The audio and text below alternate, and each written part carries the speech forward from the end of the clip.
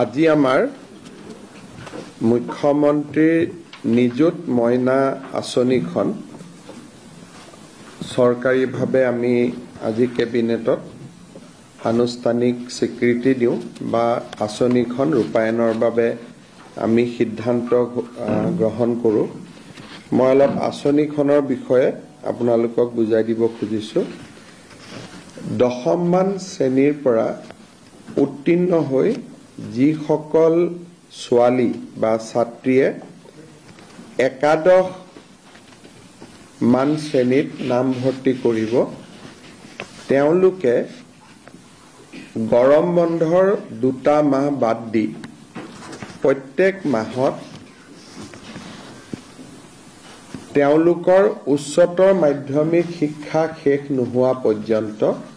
প্ৰত্যেক মাহত 1000কৈ টকা চৰকাৰৰ পৰা লাভ কৰিব। অৰ্থাৎ হায়াৰ ছেকেণ্ডাৰী ফাৰ্ষ্ট ইয়াৰত এইবাৰ যিসকল ছোৱালীয়ে নামভৰ্তি কৰিছে, তেওঁলোকে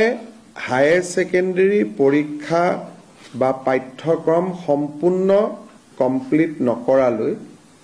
1000 টকা চৰকাৰৰ পৰা প্ৰতি মাহত তেওঁলোকে পাব। আৰু এই পুঁজিটো প্ৰত্যেক মাহৰ 11 তাৰিখে তেওঁলোকৰ বেংক একাউণ্টত চৰকাৰে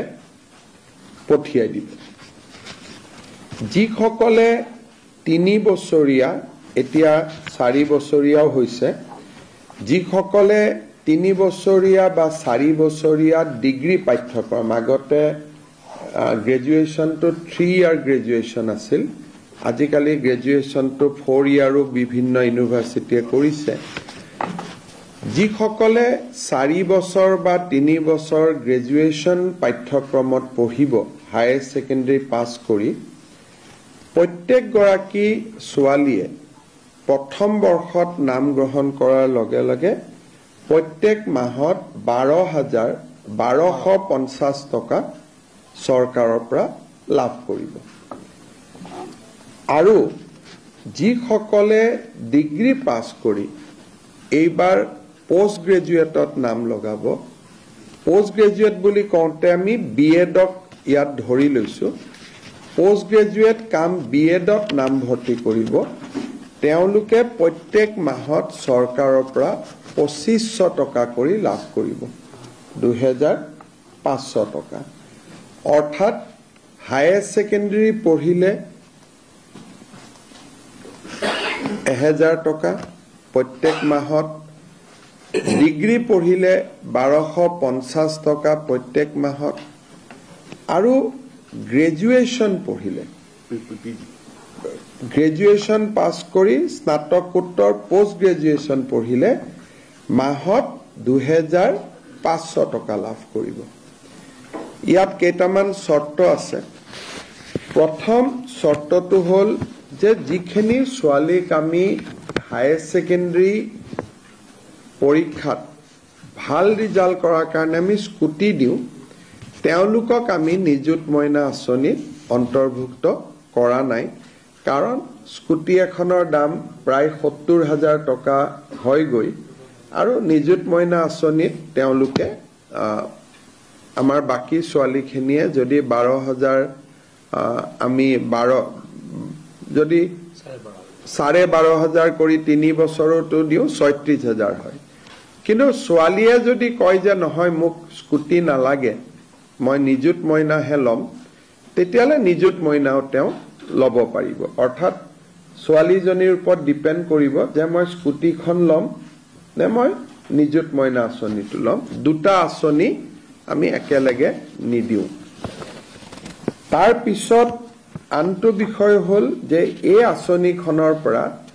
মন্ত্ৰী আৰু বিধায়কৰ ছোৱালীসকল এই আঁচনিৰ হিতাধিকাৰী হ'ব নোৱাৰিব। অৰ্থাৎ 126 জন যি বিধানসভাত বিধায়ক আছে, তেওঁলোকৰ ল'ৰাটো নহয়, ছোৱালী যদি বা সাংসদ যদি তেওঁলোকৰ ছোৱালী যদি আমাৰ কলেজ ইউনিভাৰ্চিটিত পঢ়িছে, তেতিয়াহ'লে তেওঁলোকো এই আঁচনিৰ হিতাধিকাৰী হিচাপে স্বীকৃতি নহ'ব। আৰু যোনে প্ৰাইভেট স্কুল কলেজত ফিজ দি পঢ়ে, মই প্ৰাইভেট কলেজত নাম লগাইছো, মই মাহত 10,000 টকা কলেজখনক ফিজে দিওঁ, ৰয়েল গ্লোবেলত পঢ়িছো, কাজিৰঙা ইউনিভাৰ্চিটিত পঢ়িছো। প্ৰাইভেট ইউনিভাৰ্চিটি আৰু প্ৰাইভেট কলেজখিনিৰ ছাত্ৰ ছাত্ৰীয়ে বা ছাত্ৰীয়ে এই আঁচনিখনৰ হিতাধিকাৰী বুলি বিবেচিত নহব। কিন্তু ভেঞ্চাৰ কলেজত যদি কোনোবাই পঢ়ে বা ভেঞ্চাৰ হায়াৰ ছেকেণ্ডাৰী স্কুলত পঢ়ে, ভেঞ্চাৰ জুনিয়ৰ কলেজত পঢ়ে, তেওঁলোক এই আঁচনিখনৰ হিতাধিকাৰী হ'ব। এই আঁচনিখনৰ হিতাধিকাৰী হ'বৰ বাবে আমি একোখনকৈ প্ৰপত্ৰ পূৰণ কৰিব লাগিব। জুলাই মাহত যিহেতু এডমিশ্যনৰ প্ৰচেছ চলি আছে, সম্পূৰ্ণ পোষ্ট গ্ৰেজুৱেশ্যন কমপ্লিট কৰিবৰ কাৰণে, এডমিশ্যন কমপ্লিট কৰিবৰ কাৰণে আগষ্ট মাহ পৰ্যন্ত যাবগৈ। কিন্তু আমি জুলাই মাহৰ পৰা এই এডমিশ্যনৰ প্ৰপত্ৰসমূহ আমি বিতৰণ কৰিম। একোখন এৱাৰনেছ মিটিং হ'ব আৰু কলেজ আৰু ইউনিভাৰ্চিটিত এৱাৰনেছ মিটিং কৰি, বিশেষকৈ নৱাগত আদৰণি সভা আদিত, যিহেতু এইটো ফৰ নিউ এডমিশ্যন হ'ব, গতিকে তেওঁলোকক যাতে আমি এৱাৰনেছ ক্ৰিয়েট কৰিব পাৰোঁ, তাৰ কাৰণে একোখন এৱাৰনেছ মিটিং হ'ব। এই গোটেই আঁচনিটো বাল্য বিবাহৰ বিৰুদ্ধে প্ৰস্তুত কৰা এখন আঁচনি। গতিকে বিবাহিতা ছাত্ৰী এই আঁচনিৰ বাবে হিতাধিকাৰী নহ'ব। কিন্তু পোষ্ট গ্ৰেজুৱেট পৰ্যায়ত বিবাহিতা ছোৱালীয়েও এই আঁচনিৰ সুবিধা ল'ব পাৰিব। কিন্তু হায়াৰ ছেকেণ্ডাৰী আৰু ডিগ্ৰী পৰ্যায়ত, যিহেতু আমাৰ গোটেই কথাটোৱে হ'ল যে ছোৱালীক যাতে দেউতাক মাকে সোনকালে বিয়া পাতি নিদিয়ে, গতিকে যিসকলে বিয়া কৰাব তেওঁলোকে বা বিবাহিতা ছাত্ৰী হ'ব, তেওঁলোকে এই আঁচনিখনৰ সুযোগ নাপাব। আৰু যদি আপ টু ডিগ্ৰী পঢ়ি থাকোঁতে মাজতেও বিয়া হৈ যায়, তেতিয়াহ'লে ৰিনিউৱেলত তেওঁলোকে এই আঁচনিৰ সুবিধাৰ পৰা বঞ্চিত হ'ব। যেতিয়া প্ৰত্যেক বছৰে এবাৰ ৰিনিউৱেল হ'ব, আৰু কোনোবা ছোৱালী যদি শিক্ষা আধাতে সামৰি ড্ৰপ আউট হৈ যায়, তেতিয়াহ'লেও এই আঁচনিখনৰ সুবিধা নাপাব। শেষত কোনোবা যদি ছোৱালী ৰেগিং, ইনডিচিপ্লিন, ইৰেগুলাৰ এটেণ্ডেন্স এনেকুৱা যদি কলেজৰ অধ্যক্ষই ভাবে যে এই ছোৱালীজনী কলেজত নিয়মীয়াকৈ নাহে, ড্ৰপ আউট হয়, পৰীক্ষাত তেওঁলোকে হায়াৰ ছেকেণ্ডেৰী ফাৰ্ষ্ট ইয়াৰৰ পৰা ছেকেণ্ড ইয়াৰ প্ৰমোশ্যন নাপালে, বা ডিগ্ৰী ফাৰ্ষ্ট ইয়াৰৰ পৰা ডিগ্ৰী ছেকেণ্ড ইয়াৰ প্ৰমোশ্যন নাপালে, তেতিয়াও ৰিনিউৱেলৰ সময়ত এই আঁচনিখনৰ পৰা তেওঁলোক বঞ্চিত হ'ব। যদিও এই আঁচনিখনৰ লগত জড়িত নহয়, আমি ইলেকশ্যনৰ আগত বা বিশেষকৈ যোৱাবাৰ স্কুটি দিওঁতে আমি এটা কথা ঘোষণা কৰিছিলোঁ যে অহাবাৰৰ পৰা 75% পোৱা ছোৱালীহে স্কুটি পাব। কিন্তু এডুকেশ্যন ডিপাৰ্টমেণ্টে অধিসূচনাখন নোলোৱাৰ কাৰণে এইবাৰ আমি 60% পোৱা ছোৱালীকো আমি স্কুটি দিম। অহাবাৰৰ পৰা নিদিওঁ, তেতিয়ালৈকে আমি এডভাৰটাইজ আদি বা অধিসূচনা আমি প্ৰকাশ কৰিম। কিন্তু MCC model code of conduct থকাৰ কাৰণে এডুকেশ্যন ডিপাৰ্টমেণ্টে অধিসূচনাখন দিব নোৱাৰিলে। সেইকাৰণে বহুতে হয়তো ক'ব পাৰে যে আমাৰ লগততো গভৰ্ণমেণ্ট অৰ্ডাৰ নাই, গতিকে মন বেয়া হ'ব পাৰে। সেইকাৰণে এইবাৰ আমি আপ টু 75% নকৰি 60% ছোৱালীকো আমি স্কুটি দিম। প্ৰায় 50,000 ছোৱালীয়ে এইবাৰ স্কুটি পাব। গতিকে নিযুত মইনা আঁচনিখনৰ প্ৰথম ধনটো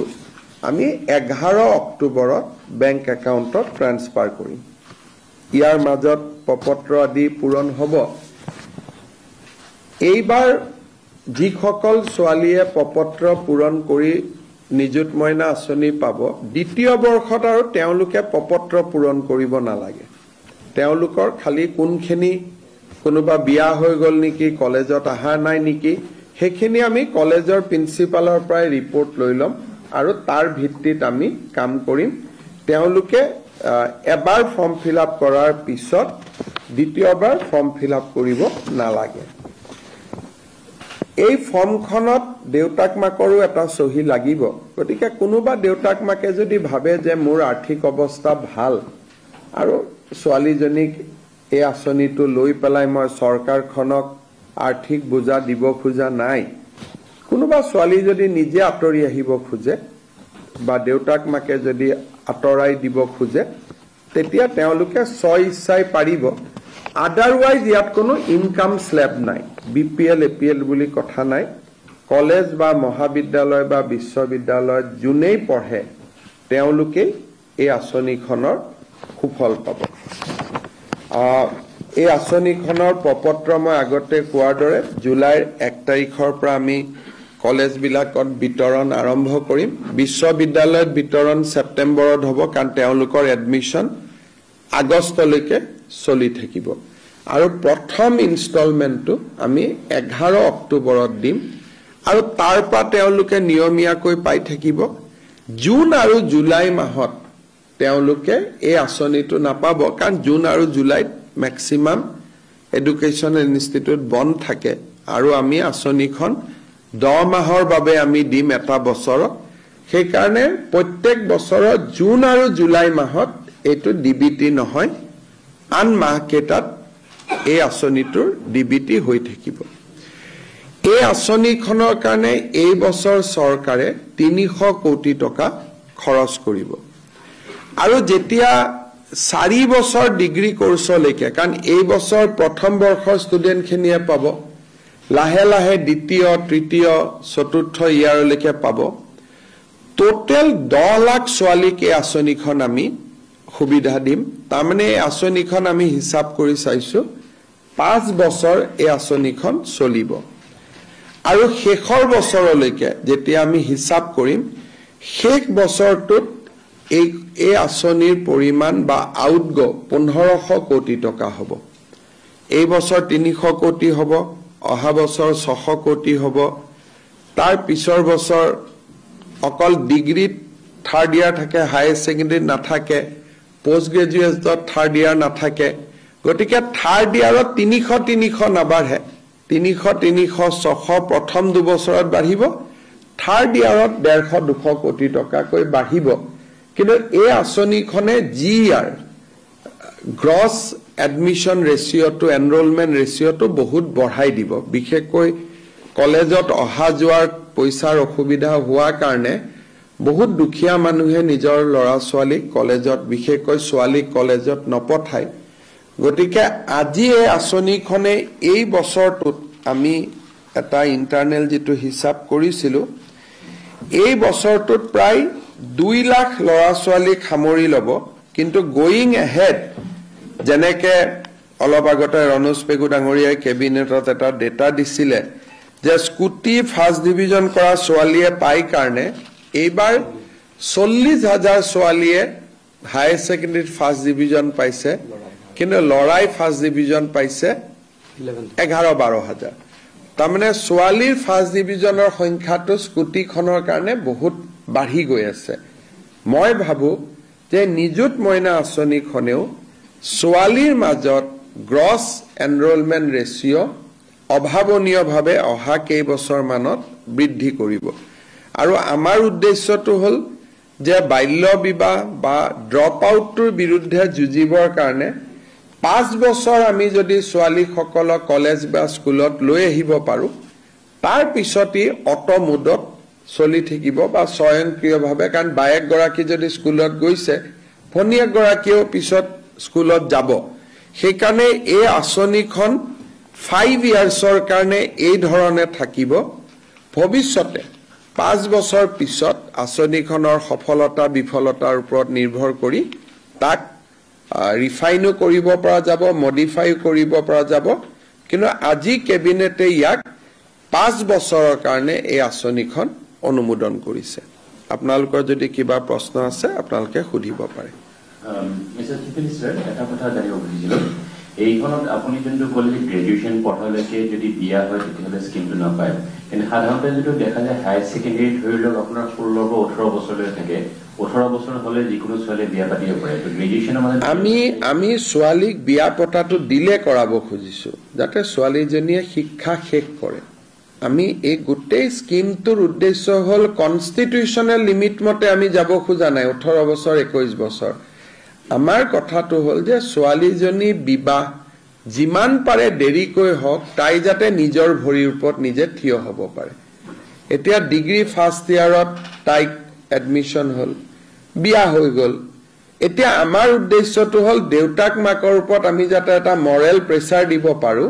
যে অন্তত গ্ৰেজুৱেশ্যনলৈকে ছোৱালীক আপুনি বিয়া নিদিব। গতিকে ইয়াত আমাৰ গোটেই উদ্দেশ্যটো হ'ল to defer the marriage of the girls. এটা 18 বছৰ বা 21 বছৰ আইন মতেতো বিয়া কৰাব পাৰি, কিন্তু আমি বিচাৰিছো যে অলপ দেৰিকৈ ছোৱালীজনীৰ বিয়া হওক, অন্তত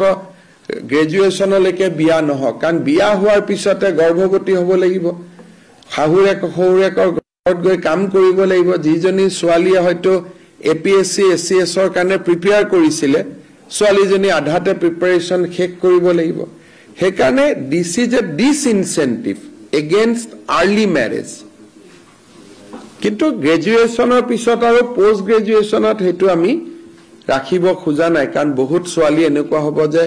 গ্ৰেজুৱেশ্যন হ'ল, বিয়া বাৰু হ'ল, 3 বছৰ পিছত আকৌ এডমিশ্যন লয়, বা বহুতে এডমিশ্যন নাপায়, পোষ্ট গ্ৰেজুৱেশ্যনৰ চিট কম। সেইকাৰণে PGৰ ক্ষেত্ৰত বিয়া হ'লেও এই আঁচনিটোৰ সুবিধা লাভ কৰিব পাৰিব। মুখ্যমন্ত্ৰী ডাঙৰীয়া, কলেজৰ অধ্যক্ষৰ কি কি ক্ষমতা থাকিব আৰু ইমান এটা ডাঙৰ আঁচনিৰ কাৰণে এৱাৰনেছৰ কাৰণে আপোনালোকে কি কি ব্যৱস্থা লৈছে? আমি জুলাই মাহত প্ৰত্যেকখন কলেজতে আমাৰ মন্ত্ৰী বিধায়কসকলৰ উপৰিও কলেজৰ দ্বাৰা আমি একোখন এৱাৰনেছ প্ৰগ্ৰেম কৰিম জুলাই মাহত। আৰু জুলাইত ফৰ্মবিলাকো যাব, ফৰ্ম ডিষ্ট্ৰিবিউশ্যনো হ'ব, এৱাৰনেছো হ'ব। কলেজৰ প্ৰিন্সিপালৰ ইমানে পাৱাৰ যে ফৰ্মখনত তেওঁ এটা চহী কৰিব লাগিব যে মোৰ কলেজত এই ছাত্ৰীগৰাকী পঢ়া হয়। এবছৰৰ পিছত যেতিয়া ৰিনিউৱেল আহিব, তেতিয়া তেওঁ আমাক ক'ব লাগিব যে এই কেইগৰাকী ছোৱালী স্কুলত বা কলেজত আহি আছে, বাকী 10 গৰাকী এতিয়া আৰু অহা নাই, তেওঁলোক ড্ৰপ আউট হৈ গ'ল। সেই কথাখিনি কলেজৰ প্ৰিন্সিপাল গৰাকীয়ে প্ৰত্যেক বছৰত আমাক জনাব লাগিব। কিন্তু কাটা বা নিদিয়াৰ তেওঁলোকৰ পাৱাৰ নাই যে মই তোক দিম, মই তোক নিদিম। আৰু কোনোবা যদি কলেজত ফৰ্ম নাযায়ো বা কোনোবা ছোৱালী যদি ফৰ্ম নাপায়ো, নিযুত মইনা বুলি আমি এটা পৰ্টেল কৰিম, পৰ্টেলত ফৰ্মখন থাকিবই। গতিকে কোনোবাই যদি কলেজত ফৰ্মখন যোৱা নাই, পৰ্টেলৰ পৰা ফৰ্মখন ডাউনলোড কৰি তেওঁলোকে ফৰ্মখন স্বয়ংক্ৰিয়ভাৱেও ফিল আপ কৰিব পাৰিব। তাৰ ব্যৱস্থাটাও আমি ৰাখিম যাতে কলেজৰ প্ৰিন্সিপালৰ ওপৰতে এই আঁচনিটো ডিপেণ্ডেণ্ট নহয়। Main points of this project and the aim in this? Assam government has announced today a unique scheme to fight against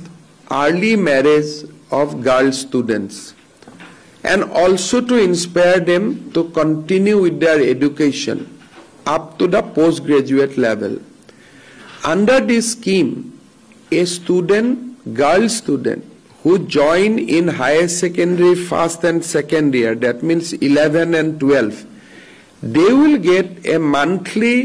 stipend of ₹1,000 from the government. The girl student who will get themselves admitted in degree courses, graduation courses, they will get 1,250 rupees per month from the government. Those who are pursuing post-graduation, they will get ₹2,500 from the state government every month. Through this scheme, we want to prevent child marriage in Assam, and we want to take the responsibility of girls' education on the shoulder of the government. Basically, this amount when a student will receive every month, and we have fixed the date on 11. Every month on 11, this money will be transferred. The burden on the guardian or parents will be reduced to a large extent, and they will be able to send their daughters, in spite of economic hardship, to the college and university. So this is a unique scheme conceived by the state government. We used to give scooty to the girl student who secured first division. We have seen increasing trend of getting first division for the girl student. I think this scheme will also will increase gross enrollment ratio among the girls in higher education. So that is our aim. Today Cabinet has approved this scheme, and we have calculated that every year this scheme will require a outflow of somewhere around rupees 300 to 350 crore. But going ahead, because every year one classes will be added. Today we are starting with class 11. Next year 11 students will go to 12 and new batch of 11 will come in. So the total outlay will be in due course of time around 1500 crores per annum. G account তেওঁলোকে দিয়ে আমাৰ পোৰ্টেলৰ পৰা ওলাই যাব যেনেকৈ অৰুণোদয়ত বিভিন্ন bank আছে কাৰোবাৰ ষ্টেট বেংক আছে কাৰোবাৰ UBI আছে যি তেওঁলোকে যিটো একাউণ্টে ফৰ্মখনত লিখি দিয়ে সেইটো একাউণ্টে আমি মানি লম গতিকে আমি কোনো বেংক সিলেক্ট নকৰো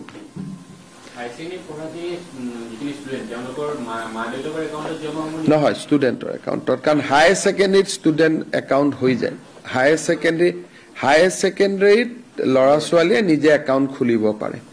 ইনফেক্ট আমি অসমত ক্লাছ 9তে একাউণ্ট খুলি দিছো ষ্টুডেণ্টবিলাকৰ নহয় জানো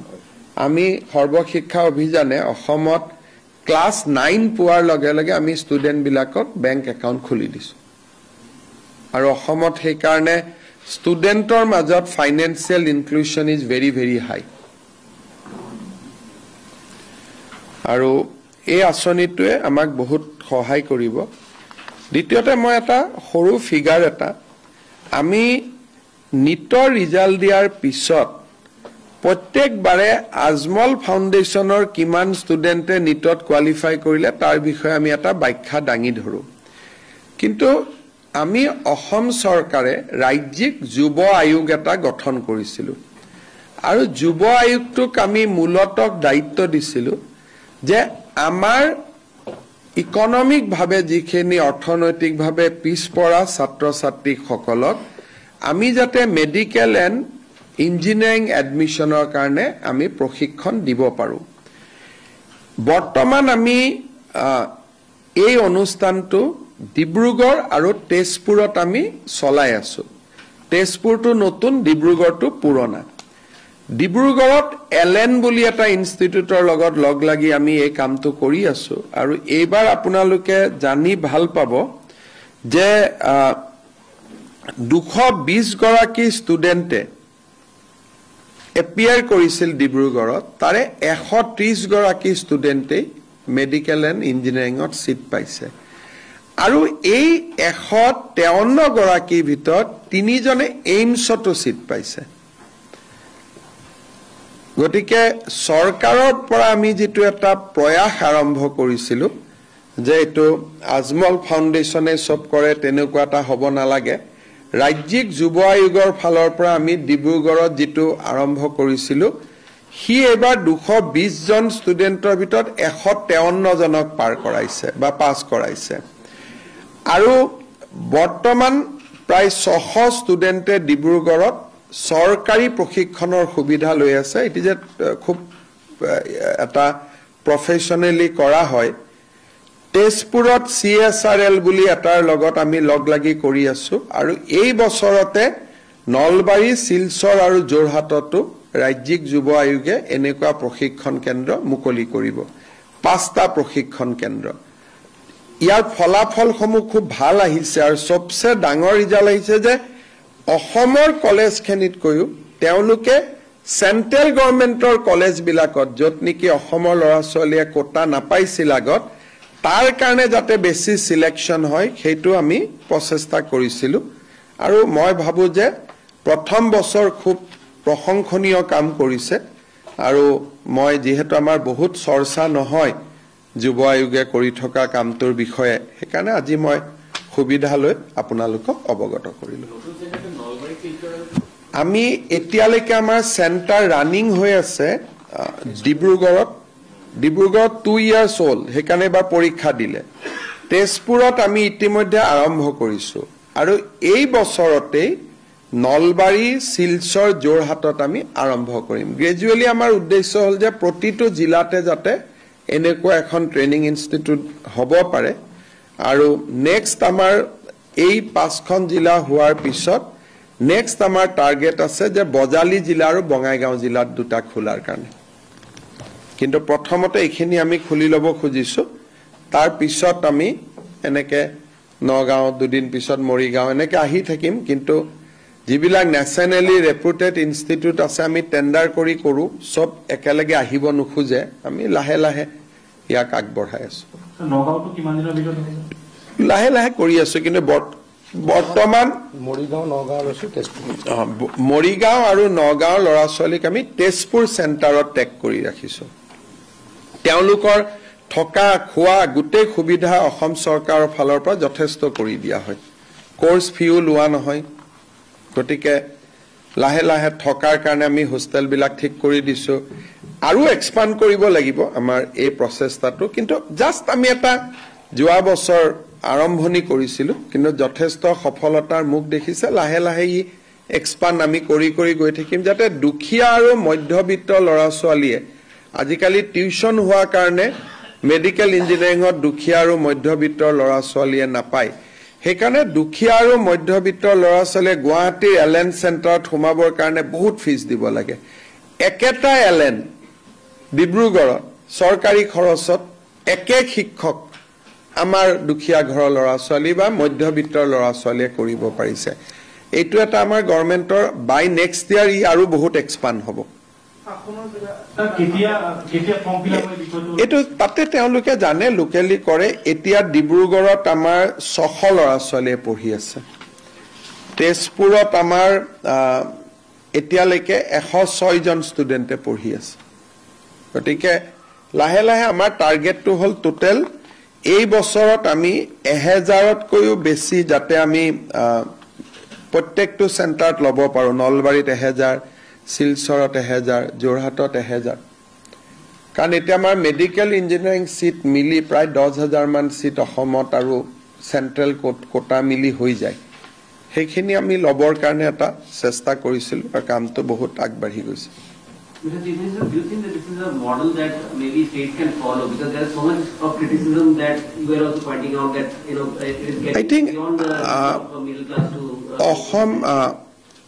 Assam government has done lot of things for the poor and middle classes. Nobody has also thought, but now you can see that the world-class coaching institution has been made available for the students of poor and middle class at the cost of the government. We have not published it too much initially because we did not know whether we will be able to get that kind of results.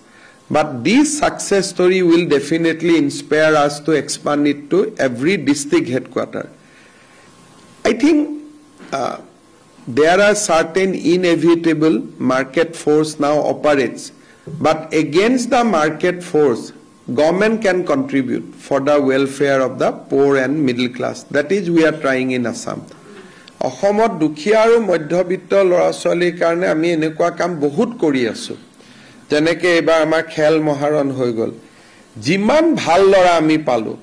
Next উইকত মোৰ meeting আছে যে তেওঁলোকৰ training programme এতিয়া আমি কেনেকৈ কৰিব পাৰোঁ মোক ডিপাৰ্টমেণ্টে কোৱাৰ মতে 250 ল'ৰা ছোৱালী এনেকুৱা ওলাইছে ডিউৰিং দ্য খেল মহাৰণ যদি তেওঁলোকক আমি আগুৱাই লৈ যাব পাৰোঁ they may be a very good prospect for Assam so next উইকত মোৰ মিটিং আছে যে কেনেকৈ 250 ল'ৰা ছোৱালীক আমি ট্ৰেইন আপ কৰিব পাৰোঁ সো সেইটো এটা ফাইনেলি আজি আমাৰ ষ্টেট গভৰ্ণমেণ্টৰ কেবিনেটত এটা আমাৰ আমি 800 কোটি টকা অনুমোদন কৰিছো 800খন চাহ বাগিচাত টি গাৰ্ডেনত লাইনৰ ৰাস্তা বনাবৰ কাৰণে তাৰমানে চাহ বাগিচাৰ লাইনত আমি প্ৰত্যেক বছৰে কৰি গৈ আছো এই বছৰ আমি 800খন টি গাৰ্ডেনত 1 কোটিকৈ টকা থাকিব টি গাৰ্ডেনৰ লাইনৰ ৰাস্তা বনাবৰ কাৰণে আজি আমি সেইটো অনুমোদন দিছো সেকেন্ড আমি প্ৰত্যেক বছৰে 126খনকৈ স্কুল আমি বনাই গৈ আছো মোৰ ইন্ডিপেন্ডেন্ট ডিসিশন আছিল যে 500 স্কুলক আমি 7.5 কোটি 8 কোটি টকা দি আমি নতুনকৈ বনাম সো এতিয়ালৈকে আমাৰ 126 into 2 ইমানখিনি স্কুলৰ আমাৰ কাম চলি আছে 200 কিমান হ'ব 252 স্কুল আমাৰ অলৰেডি কাম চলি আছে আজি আমি আৰু 126খন স্কুল আমি অনুমোদন দিছো ইয়াৰ ফলত আমাৰ যেটো আমাৰ ইন্ডিপেন্ডেন্ট ডেট এনাউন্স আছিল যে 500 স্কুলক আমি নতুন বনাম এটো 326 হৈ যাব আৰু অহা বছৰ যদি আমি আৰু 126 স্কুল দি দিও নেক্সট ইয়াৰ বাজেটৰ পৰা সো মোৰ যেটো 500 এনাউন্সমেন্ট আছিল 500 স্কুল হৈ যাব এখিনি আপগ্ৰেডেশন কমপ্লিটলি নিউ বিল্ডিং টু ভাঙি আমি নতুন কৰি আছো it will be as the drawings are very like English school বহুত ধুনিয়া স্কুল কালি মই ৰাজধৰ বৰাত চাই আহিছিল আপোনালোকে কেতিয়াবা চাব পাৰিব ৰাজধৰ বৰা আৰ্য বিদ্যাপীঠ স্কুল আমাৰ জালুকবাৰী উচ্চতৰ মাধ্যমিক বিদ্যালয় cotton collegiate Kamrup academy Sonaram এবাৰ মই গৈছিল আপোনালোকৰ মনত আছে লাহে লাহে তাত কামবিলাক এতিয়া আগবাঢ়িছে সো টোটাল আমাৰ উদ্দেশ্যটো হল যে 582 টাৰ্মত কৰা আৰু অহা বছৰ অহা টাৰ্মত যদি 1000 কৰিব পাৰো আমাৰ টোটাল 4000 স্কুলে আছে স্কুলখিনি ধুনিয়া হৈ যায় কষ্ট বেছি লাগে আৰু কাৰণ এখনত 7.5 কোটি 8 কোটি কৈ লাগে সৰকাৰি স্কুলত ইমান টকা আগত কেতিয়াও কোনেও দিয়া নাছিল কোনোবা গভৰ্ণমেণ্ট আহে 50 লাখ 20 লাখ 10 লাখ 8 কোটি টকাকৈ অনুমোদন এখন হাই স্কুলত in government sector আৰু এবিলাক গুটে অসমীয়া মাধ্যমৰ বিদ্যালয়ত আমি দি আছো যাতে অসমীয়া মাধ্যমৰ স্কুল বিলাক এট্ৰাক্টিভ হ'ব পাৰে আজি এখিনি আমি মেইনলি বিশেষকৈ নিযুত মইনা আঁচনিটোৰ কাৰণে মই বলো আপোনালোকক বুজাই দিম